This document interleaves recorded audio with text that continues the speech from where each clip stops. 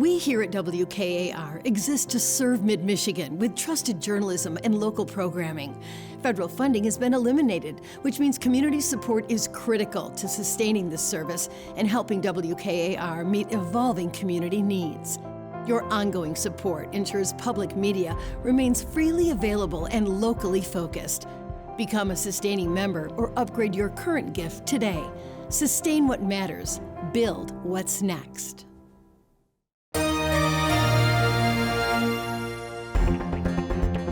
Thanks for tuning in. This former Democratic mayor of Flint, Karen Weaver, is announcing her endorsement of Mike Duggan for governor. Remember, she's a Democrat. New polling data in the governor and U.S. Senate races. So sit in with us as we get the inside out, off the record.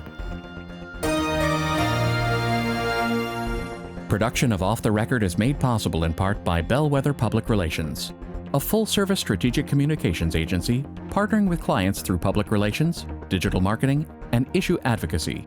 Learn more at bellwetherpr.com. And now, this edition of Off the Record with Tim Skubic.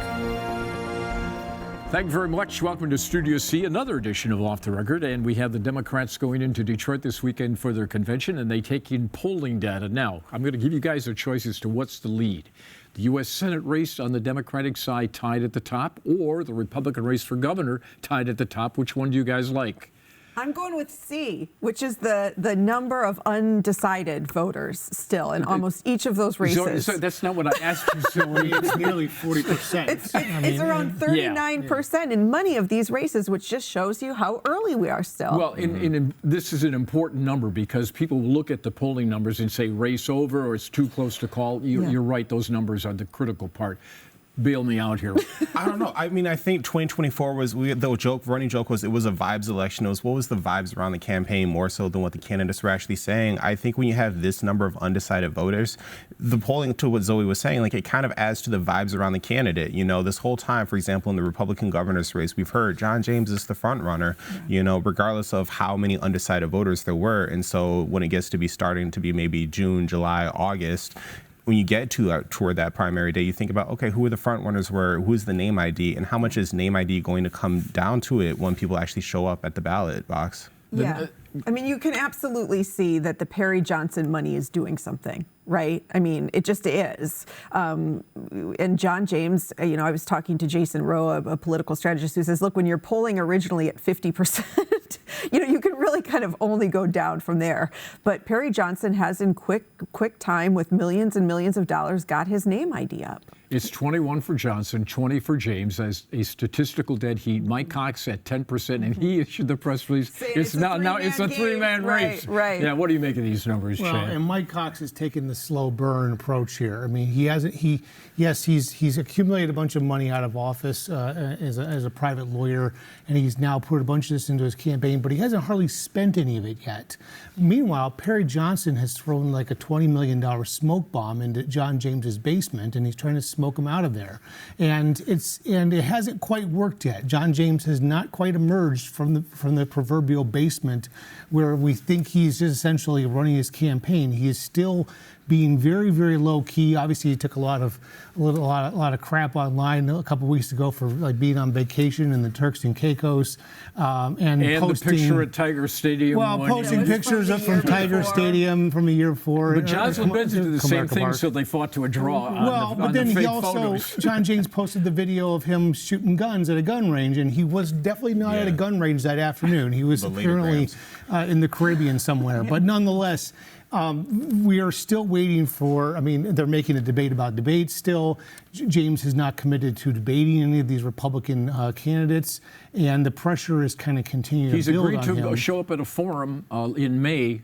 I mean, it seems like he's sort of acting still like the front runner, right? And that he doesn't need to do these things. And look, let's be honest, like debates aren't great for the front runner. If you're, you know, but he can't necessarily act like the front runner anymore if you're looking at these polls. But I also think the math there too is just, I think he's counting on a certain number of these candidates not making the ballot and not turning in enough signatures to make the ballot. And so I think for the campaign from the calculus, from my perspective, would be why debate and take the heat from 7 people or however many other candidates there are, when you could just take the heat from maybe 3 or 4 that actually make the ballot when it comes down to it. The best thing for John James right now, that all of this is happening in the month of April. The 4 of us are on the table, and maybe 6 or 7 other people that watch, okay, are concerned about all of this. But it's a non-story for a lot of people right now, is it not? Hence the number of undecided voters. I was going to say, hence Yes. that 39% or whatever. Well, how about this El Sayed and McMorrill and Stevens race? You're seeing El Sayed boost his numbers. McMurrow coming in really close, but Haley Stevens' campaign is not happy with this poll. Because this is the Emerson College poll, which is done for the Next Star people. Yeah, saying that they basically underpolled older voters who they think are going to be the ones that would go out for Haley Stevens in the end. They're also saying it's going to that point, older voters are also typically the ones who actually show up to the polls on election day.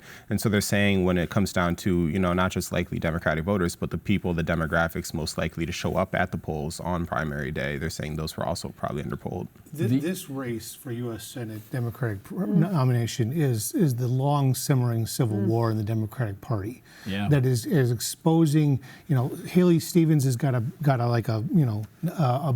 baby boomer essentially pathway to the nomination, and El Sayed has a Gen Z nomination, and whether McMorrow tries to take the Gen X or elder millennials to get geriatric millennial. Thank you. Yeah, me and Zoe tried to get to that pathway. That seems to be where this emerges, and it's going to be coming into a enthusiasm and turnout game, which still there aren't not a lot. Obviously, the poll shows almost 40% undecided. There's just a lot of people who just aren't quite tuned in yet. Yeah, and not quite tuned in yet, I think, in the state, but nationally, boy, oh boy. I mean, it feels like you can't pick up Politico article or something else like that without this really being sort of a marquee race, which makes sense. I mean, this open U.S. Senate race could help determine the makeup of the Senate in the final 2 years of Donald Trump's in office. All right. Well, in the meantime, go ahead. I was just going to say, it can make up the makeup of the Senate during Trump's final terms in office, but also to Chad's point, this Democratic primary is also going to be a big barometer for what the future of the Democratic Party is and the viability of these candidates, especially in a state that Trump won twice, and to see what type of candidate are Democrats looking for in this state. Well, it'll see how they work the crowd. They have nothing to do at the convention except to work the crowd and go around and pump the flesh and try to raise some money, right? What's going to be the lead out of the convention? Oh, I mean, who the AG and Secretary of State candidates are, obviously. And the winner is? I mean, I still think, that if you're really looking at it, it's Garland, Gilchrist, and Karen McDonald, but I think anything could happen. It's both of theirs to lose. Yes, if the lieutenant governor of the state loses the nomination for Secretary of State, you would think that his political career is essentially in jeopardy. Yeah. No, it's only on hold. It's going to be fascinating to watch. The Republican convention was quick. It was over real quick. This is going to be something to watch. This AG's race between Oakland County Prosecutor Karen McDonald and Washtenaw County Prosecutor Ellie Savid has turned into a real dogfight.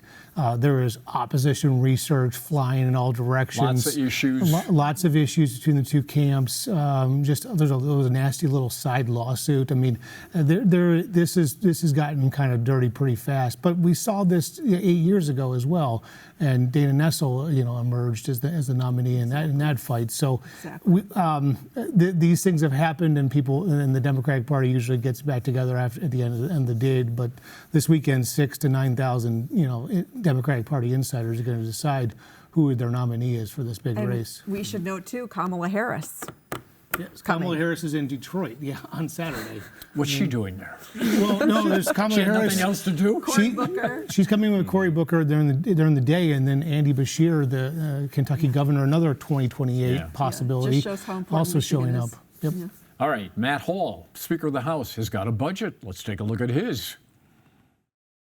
Under the Speaker Matt Hall version of the new state budget proposed, every public school kid would get an additional $250 more a year for a grand total of $10,300 per pupil. The Speaker agrees with Governor Whitmer that more needs to be done to teach reading, to the tune of an additional $150 million that he supports. The Republican Speaker also wants to expand the popular school breakfast and lunch program to include all school kids, not just those in the public schools. And he wants to spend more each year for the next 5 years to continue to fix those roads. We want to make a $100 million investment in roads to continue the work we just made and the great deal I made to keep investing in our roads. To balance the books, Governor Whitmer wants to siphon $400 million out of the state rainy day fund. The Speaker would put $300 million in it. But the Speaker is also going after state programs for the city of Lansing, MSU, and the U of M.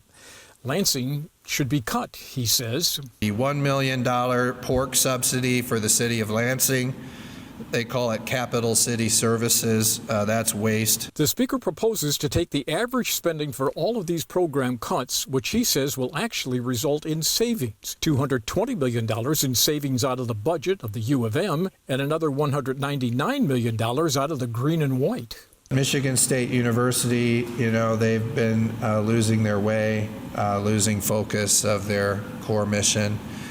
We see them going into things like RX Kids, which is a complete scam, which is giving welfare to illegal aliens. The Speaker reports progress on the budget. Subcommittees, he said, next week in the House will finish their job, and the Senate budget chair says they're moving on the Senate bills as well. So will the budget be done without a government shutdown by July 4th, Mr. Speaker? You think July 4? Well, we'll see. Yeah, we'll see. I mean, the first takeaway here is on RX Kids, this cash for young moms and with young children program that has been come out of MSU, but sort of as a fiduciary. I mean, Matt Hall voted for this quote scam. I mean, he voted for it. He went along with it at the end of the budget deal.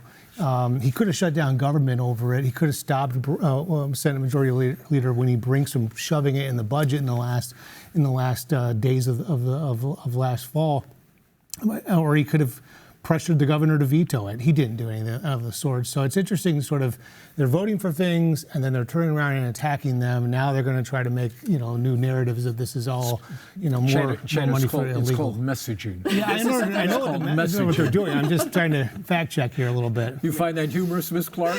Look, I think what's interesting here is we're actually seeing some movement this week. Quicker than you thought. I was going to say, this is why I'm saying it. Mea culpa, mea culpa. I was not so sure that right when they came back. Don't throw in the towel yet, but you are That wrong. is fair. That is fair, because as we heard the Speaker, you said, July 4th. Well, we'll see.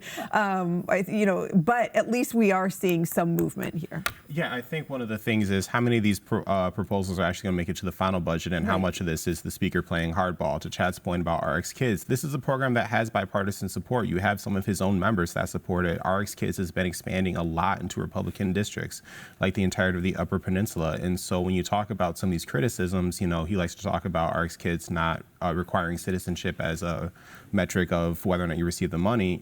How many undocumented folks are really living in the Upper Peninsula to begin with, and benefiting from that? But to Joey's point too, I think that the timing of this is what's really important, and I think part of the timing comes from what's happening on the Senate side. The Senate is also moving their budget proposals and they passed the first half of them out of the Appropriations Committee this week. They're planning on doing more next week, and so it's a competition and a race at that point. Let's put this in perspective. This is all part of the budget ballet or the boogaloo or whatever you want to call it. Okay, everybody stakes out their position, then they go in a room, fix the numbers, they come out, sign the thing, and we go home. I mean, it has become more routine in this town where the governor puts out a fictional budget, the House puts out a fictional budget, the Senate puts out a fictional budget. Yeah. We go on our 6-month break and then we pass something. I think what'll be interesting to watch too is there was a lot of critique in the last budget cycle, aside from it being late, was just sort of the folks, only a couple folks being in sort of the room and hashing it out, right? And the lawmakers not even knowing what was necessarily in the budget until the votes came. Why would we want to read the budget? Why would we want to read what we're voting on? Yeah. So I think that'll be really interesting to see too, if this is what happens, right?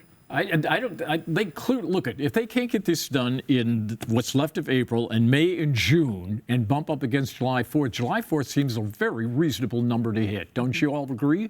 Well, considering July 1 is a statutory deadline, then July 4th seems very... It's a mushy deadline. Oh, as we have seen. Yes, right. It's a yield sign, and it gets blown every time. This is a plan to negotiate with at this point, more than was last year.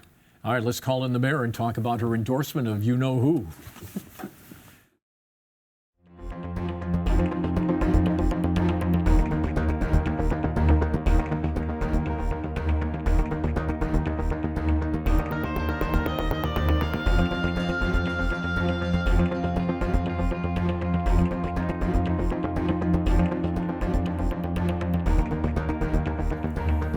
Madam Mayor, it's nice to have you back on Off the Record. It is good to see you, and you had a kind of a bumpy trip in the fog today, eh? Oh, yeah, I did.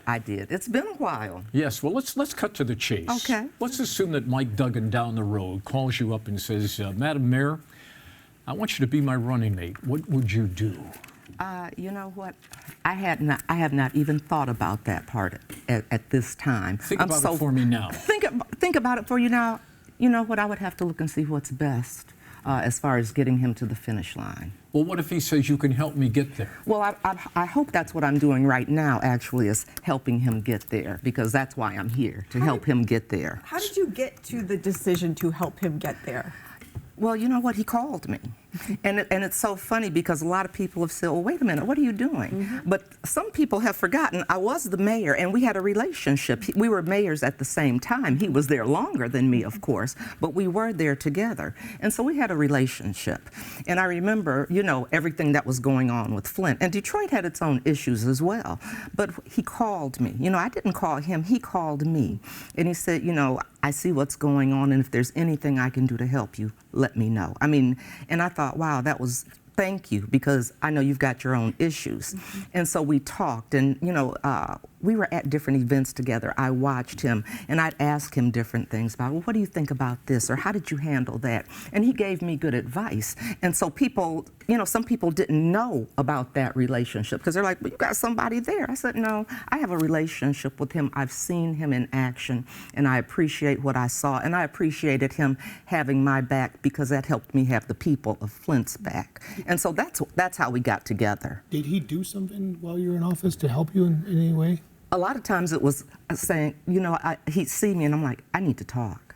I need to know, what do you think about this? If I needed something set up, if there were certain people I needed to meet as far as in the city, he would help me with those things. But to have somebody that I could just call up and say, here's what happened. Well, did he call you and ask for your endorsement? Oh, this time? Yeah. Yeah. He did. He told me what he was doing and asked me, was I interested in being part of the team? And I said, absolutely, because somebody that I knew already, that I had seen their work, that I had seen their record, and like I said, had reached out to me when I needed help, when I was in a situation, and you know, under this national spotlight, I appreciated that. Madam Mayor, with all due respect, I'm going to guess some Democrats who just heard that are thinking what? Traitor. They might be. They might be, but they shouldn't be. And I'm hoping that's what they see. You know, one of the things I've thought about is when people say, well, he's independent, you're a Democrat. I'm still a Democrat. You know, I haven't changed that. But sometimes I think if we would close our eyes and listen to what they're saying, instead of looking at what letter is behind their name, we might be much further along. Because right now, we're in such a toxic environment. It seems like we formed opinions if we see an R, if we see a D. And we need to be about the business of the people, and that's what I see him doing. Did Jocelyn Benson or Chris Swanson ever call you? You know what? I have not talked to Jocelyn Benson. I have not. I did talk with Chris Swanson, but it was after I had already endorsed Mike Duggan. Okay. And I told him, I said, I appreciate you calling me yourself, because I've had other people call me about some things. Well, they've had people call me. And I told him, I said, and I consider Chris a friend. And I just told him, I said, we had a relationship. I said, and that's what this is about. And I do think he's the best candidate. So I wouldn't do it if I didn't think that. Is there a part of you that wishes Duggan had run as a Democrat in this primary? You know what? No, I don't have a problem with him being an independent at all. And I might be a little bit different, but I'm hoping that voters are more educated, that they're paying more attention, because, you know, okay, I'm from Flint, and we have been done in by both sides. You know, we've been done in by both sides. And so that's why it took that away from me. I've always believed in do your research, listen to what they're saying, because when I was in office, I worked with Republicans, and I was able to get some things done. I worked with some Democrats, but like I said, bad decisions were made on both sides. So I don't have a problem with that. I think it's kind of refreshing, actually, to just get that part of it off. But one of the things I know has to be done is educating people about how to vote, because some people want to vote straight ticket and not realize you can do that in this general and still color in that circle. Madam Mayor, it's interesting that on the first phone call that he calls for your endorsement, you say yes, rather than, I got to check with my by other Democrats and see what's going on there before I give you that, Mr. Well, it Mayor? wasn't the first phone call. Let me back up because I'm glad you said that. The first time I got a call, it was from somebody that I'm like, who is this? And so I didn't do anything. But I was watching him. It was one of his handlers. Right. But I was watching, I was watching him. So they were teeing you up for the phone call. Maybe so. Maybe it was a tee up. The question is still on the table. You still said yes after the phone call. Yes. Rather than saying, well, I got to check with Jocelyn Benson or Chris and see what's going on, and then I'll call you back, Mr. Mayor. No, I didn't do that. And part of it was because, like I said, of the relationship I had watched him. But the other thing was I had some concerns with Benson. I had concerns. And what are they? And some of them were some things that had taken place in Flint. It's really interesting because we had a lot of issues going on, especially around the voting process. And we don't trust the voting process there. I'm just going to be honest with you. We haven't trusted it for a while. And that was brought to her attention. And when we reached out, and several of us reached out about that, wrote letters about what was going on, but we're told, if we talk about that, we're pushing a Republican agenda. And I thought, this should be everybody's agenda to want to trust the voting process. So she stiffed you. Well, those are your words, but yes. What do you need to see to get voting feeling more safe in your mind then? Okay, I want to say one more thing about that, and then I'll answer that, because I also have some concerns around what was going on with these race discrimination lawsuits with these black women. I have to talk about that as well. And that was concerning, and to not have that addressed. I have questions about that. And I know some of those people that worked for her that, went on record saying, no, we witnessed these things happen. Well, in fact, one of them resigned. Yes, absolutely. What was his name? Hester. Wheeler, yeah.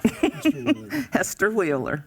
So, and I talked with him not that long ago, so I knew I wasn't going in that direction. So that's what happened with that. So you're talking about the belief of elections and election integrity. What do you need to see in Flint to make you feel better about things? That's a good question, because one of the things we've talked about is, yes, you can always make sure that you have people in place while this process is going on. But even when we went through, the canvassing and the canvassing committee, where they're looking at the votes and certifying. Yes, and issues were brought up. There were some ballot boxes hadn't been sealed properly, so you couldn't do anything with them. There were issues where people said, well, this is what I was told to do, and you hear people that are part of this group saying, well, that's just Flint. Well, that's not right.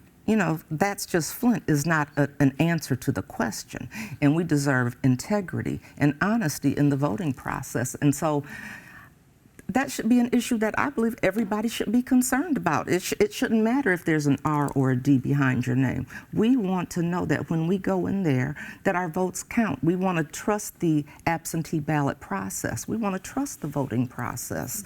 And so some of it is something I've been working on, is really educating people. And in fact, that's why I'm wearing this. I've been wearing it all year long, because we get accused of, oh, it's election time, here they come, and now they want to talk about it. And so I would wear this because they say, well, why are you wearing that? Because we need to talk about it now, because it should be an ongoing process.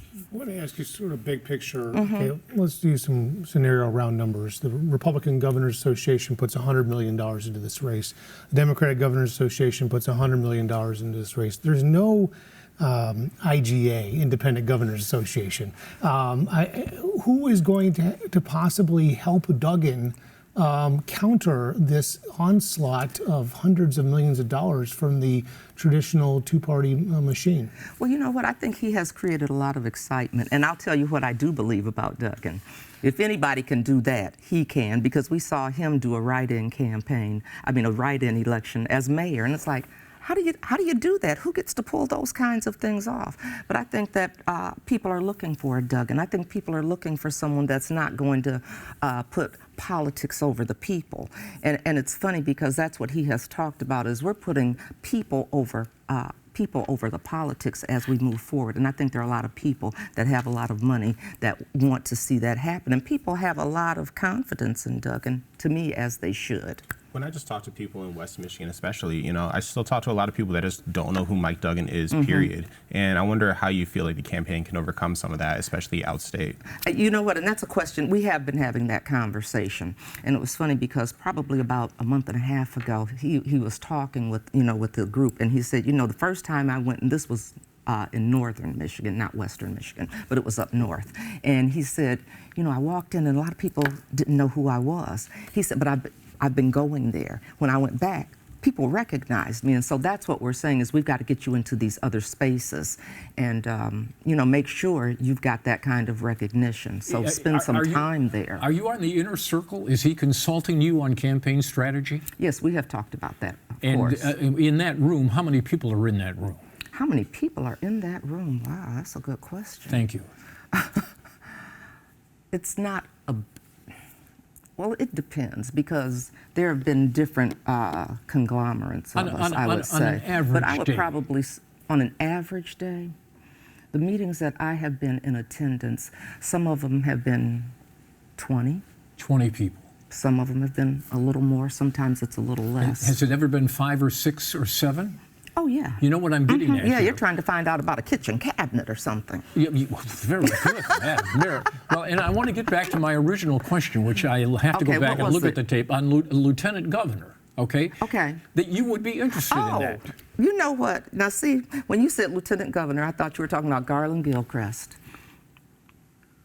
I thought you were going to ask me something about the Lieutenant Governor. I didn't think you were asking me about me. All right, let's start again. But you know what? We will start again. If Mike Duggan calls up and says, I'm offering you Lieutenant Governor, you would say? I would have a conversation with him about that and say, tell me why you think I'm the best. How do I help you in that position? You can help me win this race. Okay, and I would want to have a conversation about that. And the answer would be? I don't know yet. Because you know what? One of the things, it was even when I ran for mayor, that is not a 9-to-5 job. That is something that I, at least. Could you do the job? Yeah, I could do the job. So why not say yes? Well, there are a lot of jobs that you can do that you don't say yes to. Madam, will you call me when you do? Yes. All right, very good. How about that? Well, how about that? But if I call you, that phone better go through.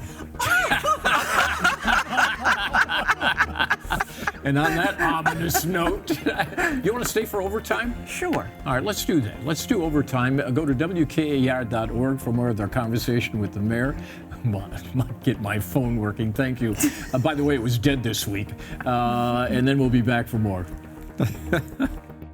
Production of Off the Record is made possible in part by Bellwether Public Relations, a full-service strategic communications agency partnering with clients through public relations, digital marketing, and issue advocacy. Learn more at bellwetherpr.com. For more Off the Record, visit WKAR.org. Michigan public television stations have contributed to the production costs of Off the Record.